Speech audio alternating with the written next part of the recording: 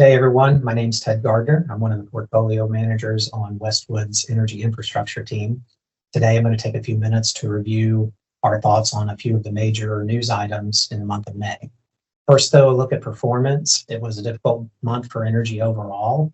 The commodities struggled with oil down more than 11%. Domestic natural gas prices were down 6%, but global LNG prices once again got hit very hard and were down 20 to 30%, depending on the region. As a result, we saw energy equities struggle as well, with the XLE, which is the S&P Energy Sector ETF, down right at 10%, as was the Oil Services ETF. The infrastructure space was not spared, but did hold up a bit better than broad energy. AM&A was down 5.4%. AMEI, which is the RIC compliant mutual fund index, was down 3.6%. And then the AMZ, which is only MLPs, was down only slightly due to the Magellan buyout, as well as some read-throughs to other potential M&A candidates. And I'll talk about the Magellan transaction here in just a second. Year to date, the losses in May brought the AMA and AMEI into negative territory for the year. That said, we've had a great first week of June that has recaptured all of May's losses and brought those indices firmly back into the green for the year.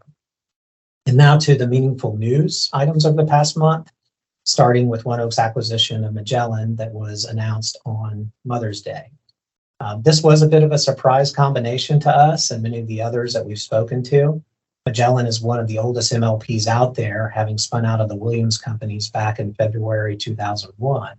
And as such, there have been a lot of deferred distributions that have accrued to long-term unit holders over the years that will be taxable at ordinary rates if this deal does go through. So based on that, just the tax impact alone, we're not sure that it's a slam dunk that this gets over the goal line. We've already seen one institutional shareholder send a letter to the board that they will reject the proposal. That said, ONEOK is offering $25 per unit in cash, which will help pay those cash taxes. And we'll just have to see if that's enough to see the deal all the way through.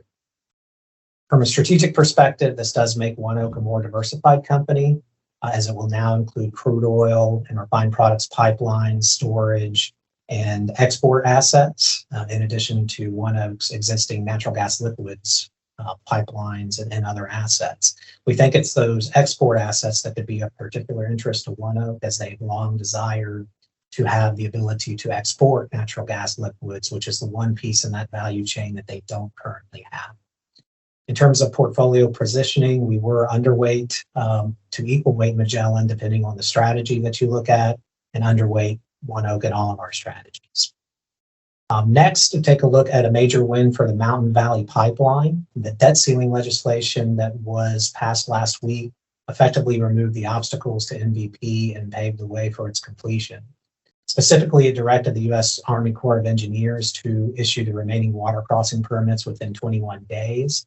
That would be June 24th, since the bill was signed into law by President Biden on June 3rd. But the big move is that it changes the venue of any challenges to the pipeline from the Fourth Circuit Court of Appeals, which has repeatedly struck down permits for the pipeline, to the DC Circuit. So it's not unprecedented that Congress has pushed through a specific pipeline in legislation. We saw that years ago with an Alaskan pipeline. However, it is unprecedented that Congress dictates the venue for legal challenges. And as such, we would not be surprised to see a challenge to the constitutionality of this language. Overall, though, it's a big positive, a big win for MVP specifically, and we're overweight Equitrans in our strategies. In terms of infrastructure permitting more broadly, there's not a lot in this bill. It does limit the NEPA reviews, which stands for the National Environmental Protection Act, and the resulting environmental impact statements to 2 years in length. That is positive on the margin, as it has taken about 4 years on average in the past to complete those studies. But again, beyond that, there's not a lot for broad permitting in this deal. And then finally, Saudi Arabia unilaterally cut 1 million barrels per day of production in the month of July. This is in addition to the 1.65 million barrels per day that was cut by OPEC Plus back in April. Saudi, in their statements, seem to be more concerned with speculators that have been short oil rather than some physical markets issues, i.e. demand. So we're not sure that a 1 month, 1 million barrel per day cut is enough to shake out the shorts. In fact, we basically just saw a 1 day move and then oil returned to where it was before the announcement. We would be more concerned with near-term demand as the futures curve has moved into contango, which indicates that there is some near-term looseness in the markets. That, however, could be partially explained by global refining turnarounds. Unfortunately, as we've mentioned before, any reliable demand and inventory data only comes on a 2-month delay, so we don't get a real-time view of the market. That said, we think that it once again shows Saudi's view and their resolve to maintain healthy oil prices.